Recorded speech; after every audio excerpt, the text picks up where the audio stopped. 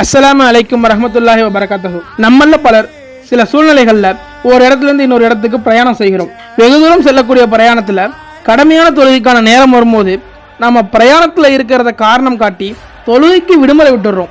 நமக்கு நாமே தொழாமல் இருக்க சலுகைகளை வகுத்துக்கிறோம். ஆனால் மார்க்கம் நமக்கு என்ன சொல்லி கொடுத்துருக்கு? பயணத்தில் இருக்கும் பொழுது தொழுகையை கசர் செய்து தொழ சொல்லி நமக்கு சொல்லி கொடுத்துருக்கு.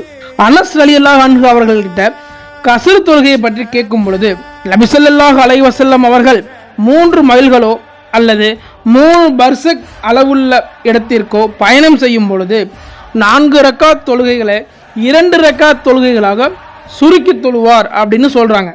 இந்த அறிவிப்பை யஹியா பின் யசீத் என்பவர் அறிவிக்க இந்த அறிவிப்பு முஸ்லிமிலே 1230வது ஹதீஸாக இடம்பெற்றிருக்கு.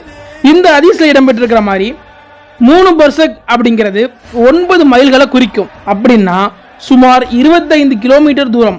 ஆக ஒரு 25 கிலோமீட்டர் தூரம் உள்ள இடத்திற்கு பயணம் செய்ய நாடி ஊர் எல்லையை கடந்து விட்டால் அவர் கசரு செய்து கொள்ளலாம். ஆக பயணத்தின் பொழுது தொழுகையை விட்டுவிடாமல் தொழுகையை கசரு செய்து அல்லாஹ் தஆலா நமக்கு கொடுத்த சலுகையை பயன்படுத்தி நன்மைகளை செய்து சோனம் செல்வோமாக. அஸ்ஸலாமு அலைக்கும் வரஹ்மத்துல்லாஹி வபரகாத்துஹு.